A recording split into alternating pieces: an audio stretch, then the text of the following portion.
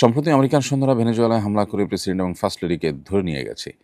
বিষয়টি নিয়ে গোটা পৃথিবীতে তোলপাড় চলছে। এ বিষয়ে আপনার মন্তব্য জানতে চাই। প্রিয় দর্শক, এ বিষয় নিয়ে অন্য ১০ জনের মন্তব্যের চাইতে আমার মন্তব্য কোনো ব্যতিক্রম বা ভিন্ন কোনো মন্তব্য নয়। ভেনেজুয়েলার প্রেসিডেন্টকে ধরে নিয়ে যাওয়া হয়েছে, তার ব্যাপারে নানান নেগেটিভ মন্তব্য আছে। সে দেশের মানুষ তার উপর অসন্তুষ্ট, তিনি বলপূর্বক তাদের উপরে শাসন কার্য পরিচালনা করছেন, বামধারার রাজনীতিকরণ ইত্যাদি, ইত্যাদি। তার ভিতরে অনেক নেগেটিভিটি থাকতে পারে। কিন্তু তাই বলে আরেক দেশের প্রেসিডেন্ট বা আরেক দেশ থেকে সৈন্যরা হামলা করে একটা দেশের প্রেসিডেন্টকে তুলে নিয়ে যাবে, এটা বোধহয় পৃথিবীর ইতিহাসে প্রথম ঘটেছে। তথাকথিত সভ্য পৃথিবীতে এই প্রথমবারের মধ্যে এমনটি ঘটেছে। স্ত্রীসহ রাতের গভীরে তার প্রাসাদ থেকে তাকে ধরে নিয়ে গেছে। অবশ্য তার দেশের বেশ কিছু মানুষের বিশ্বাসঘাতকতা এটার জন্য দায়ী বলে বিভিন্ন সংবাদ মাধ্যম উঠে এসেছে। মূলত আমরা সবসময় বলি মব এটা অনুচিত, আইন হাতের তুলে নেওয়া অনুচিত, আইনের প্রতি শ্রদ্ধাশীল থাকতে হয়।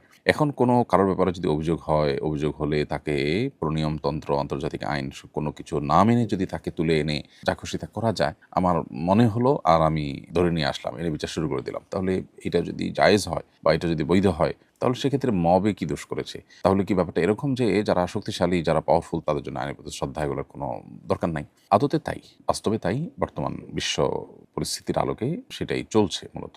অর্থাৎ যে সমস্ত মুখে আমরা নীতিবাক্য শুনে থাকি, স্লোগান শুনে থাকি অনেক সুন্দর, সুন্দর, এগুলো বেশিরভাগই মুখরোচক। এগুলো বেশিরভাগই প্রতারণা। কখনো গণতন্ত্র, কখনো অধিকার, কখনো শান্তি রক্ষা ইত্যাদির নামে পৃথিবীতে সক্ষমতা আছে, যাদের সেই পাওয়ার আছে, তারা লুটতরাজ করা, অন্যদের সম্পদ দখল করা, সাম্রাজ্যবাদ বিস্তার করা, মাস্তানি করা, এটাই মূলত চলছে। বাকি লোকগুলো আসলে সহজ সরল বা তাদেরকে একরকমের বলতে পারেন বোকাশোকা বানিয়ে রাখার একটা প্রচেষ্টা চলছে। এটা এখন ওপেন সিক্রেট। কিন্তু দুর্ভাগ্যজনক বাস্তবতা হলো যে বেশিরভাগ মানুষজন, পৃথিবীতে আমরা যারা বসবাস করছি, আমরা এই জিনিসটা বোঝার চেষ্টা করি না। এ ধরনের ঘটনাগুলো মূলত আজকের পৃথিবীর এই তথাকথিত সভ্যতা, অধিকার কপচানোর যে বিষয়গুলো আছে, কোরআন হাদিসের অনেক বিষয়ের সাথে দেখবেন যে অধিকারের সংঘর্ষ দিয়ে কোরআন হাদিসকে ভিলেন বানানোর বা ইসলামকে ভিলেন বানানোর, ইসলামের বিধিবিধানকে ভিলেন বানানোর বা আসামের কাঠগড়া করার একটা চেষ্টা আমরা দেখি। অথচ এই পুরো আয়োজনটাই, এই অধিকার, শান্তি রক্ষা ইত্যাদি ইত্যাদি এদের নামে যে পুরো আয়োজনটা, এখানে দৃশ্যমান কিছু হয়তো ভালো কাজ আমরা দেখতে পাই। মূলত পুরো আয়োজনটাই হলো মাস্তানি এবং দখলদারিত্ব এবং সাম্রাজ্যবাদ প্রতিষ্ঠার চেষ্টা মাত্র। আফ্রিকাতে কি হচ্ছে শান্তি রক্ষার নামে, আমরা কে না জানি সেটা। গোটা পৃথিবী জুড়ে আজ যা চলছে, এই সবগুলোরই একটা বহিঃপ্রকাশ এই ঘটনার মধ্য দিয়ে হয়েছে। অন্যরা হয়তো যেটা একটু ঘুরিয়ে ফিরিয়ে, ইনিয়ে বিনিয়ে বা একটু কৌশলে করে, এটা হয়তো খুব প্রকাশ্যে স্পষ্টভাবে হয়েছে। জাস্ট এইটুকু পার্থক্য। তো পৃথিবীর মানুষের জন্য আসলে ইসলামী যে সমাধান, অন্য কোনো বিষয়ে যে অন্য কোনো ইজম বা মতবাদে বা অন্য কোনো ধারণা পৃথিবীতে প্রতিষ্ঠিত হওয়ার মাধ্যমে মানুষের যে শান্তি প্রতিষ্ঠিত হবে না, প্রকৃত অধিকার প্রতিষ্ঠিত হবে না, সেটা এই সমস্ত ঘটনার মধ্য দিয়ে আবারও পরিষ্কারভাবে বুঝে আসে। জাতিসংঘের মতো এরকম একটা প্রতিষ্ঠান যদি এই ধরনের একটা ঘটনা যদি কার্যকর পদক্ষেপ নিতে না পারে, তাহলে এই সমস্ত প্রতিষ্ঠানের আসলে কার্যকারিতা কতটুকু, সেটা যথেষ্ট প্রশ্ন করবার সুযোগ আছে। আমাদের ভুলে যাওয়া উচিত হবে না যে শতাব্দীর সবচেয়ে ভয়াবহতম বর্বরতা ফিলিস্তিনবাসীর উপর চলছে। সেটা ভেনেজুয়েলার তুলনায় অনেক বেশি, অনেক ভয়ঙ্কর। অথচ সেটাকে আমরা দেখে না দেখার ভান করছি এবং গোটা পৃথিবীর মানুষের কাছে সহনীয় হয়ে গেছে। যারা করছে, গোটা পৃথিবীর চারপাশ থেকে একটা নরক তৈরি করে একটা এলাকাকে সম্পূর্ণ মাস্তানি এবং গায়ের জোর থেকে যা খুশি তা করার চেষ্টা চলছে এবং সেটাকে পৃথিবীর শক্তিশালী দেশগুলো বিভিন্নভাবে সমর্থন করে যাচ্ছে। এখান থেকেও কি তাদের আসল রূপ, তাদের প্রকৃত চেহারা প্রকাশ পায় না? আল্লাহ তাআলা আমাদেরকে হেদায়েত দান করুন এবং বোঝার তৌফিক দান করুন। আমার স্বামী সুদভিত্তিক কার্যক্রমের সাথে জড়িত। তাকে এই বিষয়ে ইসলামের নির্দেশনা জানিয়ে সতর্ক করলে বলেন, সুদের এই বিধান তখনকার সময়ের সুদের জন্য প্রযোজ্য ছিল, এখনকার সুদের জন্য এই বিধান প্রযোজ্য নয়। তার এই দৃষ্টিভঙ্গির কারণে কি ঈমানের সমস্যা হবে? প্রথম কথা হলো, তার এই দৃষ্টিভঙ্গি পুরোই ভুল এবং তিনি বিভ্রান্তির মধ্যে আছেন।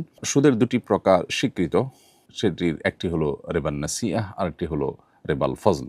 অর্থাৎ নির্দিষ্ট কয়েকটি পণ্য বিশেষ কারণের ভিত্তিতে সেগুলো একটি অপরটির বিনিময়ে যখন কেনাবেচা হবে তখন কম বেশ করে দেওয়া, এটা সুদ। আবার আরেকটা হলো যে লোন নিয়ে সেটা পরবর্তীতে অতিরিক্ত টাকার বিনিময়ে সেটার পরিশোধ করানো বা সেটা আদায় করা, এই চুক্তিতে লোন দেওয়া, সেটা সুদ। সেটাকে বলা হয় রেবা নাসিয়া। এই রেবা নাসিয়া বা রেবাল ফজল উভয় প্রকার রেবা, উভয়টাই সুদ। এ ব্যাপারে সারা পৃথিবীতে উল্লেখযোগ্য স্কলারদের কোনো মতপার্থক্য নেই। নবী করিম সাল্লাল্লাহু আলাইহি সাল্লামের সময় রেবাল ফজলের প্রচলন খুব বেশি ছিল, এটা ঠিক। কিন্তু রেবান নাসিআহ যেটা, সেটা সম্পর্কে সুস্পষ্ট বিভিন্ন রেওয়ায়েত রয়েছে এবং উলামায়ে কেরাম এ বিষয়ে একমত অলমোস্ট। একজন সালাফ বলেছেন, কুল্লু কারদিন জাররা নাফআন ফাহুয়া রিবা, যে লোন এর বিনিময়ে কোনো সুবিধা নেওয়া হয় সেটি সুদ। তাহলে রিবার মধ্যে এই লেনদেন যে অন্তর্ভুক্ত সেটা এখান থেকে একেবারে পরিষ্কার। অথচ তিনি যখন এটি বলেছেন, সে ইসলামের সোনালী যুগের স্বর্ণ মানবদের একজন, তখন এই ব্যাংকিং সিস্টেম চালু হয়নি। তাহলে বোঝা গেল যে বর্তমান যে ব্যাংকিং সুদ আছে, ব্যাংকিং যে লেনদেনে যে সুদ আছে, এই সুদের লেনদেন এটাও হারাম। এটাকে হালাল মনে করবার কোনো কারণ নেই। বরং এটিকে হালাল মনে করলে কুফুরের আশঙ্কা পর্যন্ত আছে। তিনি রিবাকে অস্বীকার করছেন কিনা বিষয়টি সে পর্যন্ত গড়াতে পারে। সেটা অবশ্য ব্যাখ্যা সাপেক্ষ বিষয়। তো এই জন্য এ ধরনের বিশ্বাস থেকেই বেরিয়ে আসতে হবে। এটা সঠিক কোনো বিশ্বাস নয়। বরং সৌদি আরবের সাবেক গ্র্যান্ড মুফতি শেখ আব্দুল আziz বিন আব্দুল্লাহ বিন বাজ রহমতুল্লাহি আলাইহি তিনি বলেছেন যে বর্তমানে যে ব্যাংকিং সিস্টেমে যে সুদ এর লেনদেন হয়ে থাকে, এর মধ্যে রিবা নাসিয়া, রিবাল ফজল দুইটাই আছে। দুইটারই উপস্থিতি এখানে আছে। টাকাটা মূলত স্বর্ণেরই একটা রূপ। সো টাকার বিনিময়ে টাকা এবং কম বেশি করে দেওয়া সেটা তার মধ্যে আছে। আবার লোন দিয়ে পরবর্তীতে সেটার জন্য অতিরিক্ত সুবিধা আদায় করা, এটার মধ্যে রিবা নাসিয়া তো আছেই। তো এই জন্য বর্তমানে ব্যাংকে যে প্রচলিত সুদি লেনদেন এটাকে হালাল মনে করবার কোনো স্কোপ বা কারণ নেই। আপনার স্বামীকে এই বিষয়ে ভালো করে পড়াশোনা করা এবং এই বিষয়ে ইসলামের দৃষ্টিকোণকে ভালো করে জানবার চেষ্টা করার জন্য আপনি অনুরোধ রাখতে পারেন। একই সময়ে একাধিক পাত্রপক্ষ থেকে প্রস্তাব এসেছে। এক পাত্রপক্ষের সঙ্গে চূড়ান্ত সিদ্ধান্তে পৌঁছতে সাধারণত 15-20 দিন সময় লাগে। এই সময় এক পক্ষের সঙ্গে যোগাযোগ করতে গিয়ে অন্য পক্ষকে উপেক্ষা করলে তারা সরে যেতে পারে। অথচ পরে দেখা যেতে পারে প্রথম পক্ষের সঙ্গে সিদ্ধান্তে পৌঁছানো সম্ভব হয়নি। এই বাস্তবতায় চূড়ান্ত সিদ্ধান্ত না হওয়া পর্যন্ত একই সময় একাধিক পাত্রপক্ষের সঙ্গে কথা এগিয়ে নেওয়া বৈধ হবে কিনা, একটি পক্ষ চূড়ান্ত হলে অন্য পক্ষকে স্পষ্টভাবে নিষেধ করে দেওয়া হবে। বোন, আপনার এই প্রশ্নের উত্তর হলো যে হাদিসে তো আছে, নবী সাল্লাল্লাহু আলাইহি ওয়াসাল্লাম বলেছেন, ওয়ালা ইয়াখতুব আহাদুকুম আলা খিতবাতি আখি, তোমাদের কেউ কারোর প্রস্তাবের উপর প্রস্তাবনা দিবে না। অর্থাৎ কেউ কোথাও বিয়ের জন্য প্রস্তাব করেছেন, তার প্রস্তাবনার কোনো সিদ্ধান্ত আসার আগে এখানে আরেকজন যেন প্রস্তাবনা দিতে না যান। এটা হলো মৌলিক নিষেধাজ্ঞা। এখন কেউ কারো প্রস্তাবনা সম্পর্কে জানেন না। পাত্রীপক্ষের কাছে প্রস্তাবনা ছেলেপক্ষ নিয়ে এসেছেন, আরেকটা ছেলেপক্ষ নিয়ে এসেছেন, কেউ কারোটা হয়তো জানেন না। এরকম যদি হয় তাহলে তাদের এই প্রস্তাবনা নিয়ে আসাটা নাজায়েজ নয়। আর পাত্রীপক্ষ এখানে কাকে দিবেন সেটা পর্যালোচনা করে, মানে কার সাথে প্রস্তাবে সম্মতি দিবেন এবং কার সাথে বিয়ে দিবেন, এই ব্যাপারটি যদি তারা একটু সময় নিয়ে সিদ্ধান্ত নেন এবং কয়েকটার সাথে আলাপ করে বোঝাপড়ার চেষ্টা করেন, তাহলে সেটা মৌলিকভাবে কোনো নাজায়েজ বা নিষিদ্ধ হবে না। এবং হাদিসে যে কারো প্রস্তাবের উপর অন্য কাউকে প্রস্তাব দিতে নিষেধ করা হয়েছিল তারা অতএব পড়বে না। এটা হলো প্রস্তাব আপনার কাছে এসেছে, সো আপনি কোনটা চুজ করবেন সেটার জন্য আপনি সময় নিতে পারেন, দেখতে পারেন এবং কথাবার্তা সেভাবে আগায় নিয়ে যেতে পারেন। কিন্তু লক্ষ্য রাখতে হবে যে কোনোভাবে কাউকে ক্ষতিগ্রস্ত করা জায়েজ না। নবী সাল্লাল্লাহু আলাইহি ওয়াসাল্লাম বলেছেন, লা দরারা ওয়ালা দিরারা, নিজে ক্ষতিগ্রস্ত হওয়া বা কাউকে ক্ষতিগ্রস্ত করা এটা কিন্তু শরীয়তে জায়েজ নয়। অতএব আপনি তাকে অপেক্ষা করানোর মাধ্যমে তার জন্য অপ্রত্যক্ষ কোনো ক্ষতির কারণ না হয়। হ্যাঁ, সে একটা জায়গায় এঙ্গেজ থাকার কারণে অন্য আরও কিছু জায়গায় তার মিস হতে পারে, সেটা তো সেটুকু ক্ষতি তো তাকে সহ্য করেই সিদ্ধান্তে আসতে হবে। অর্থাৎ আপনার সাথে আলাপ চলছে, এই টাইমে তার কাছে আরেকটা স্কোপ থাকতে পারে, তো তিনি সেই স্কোপ ধরবেন নাকি এখানে আলাপ চালাবেন এটা তার বিষয়।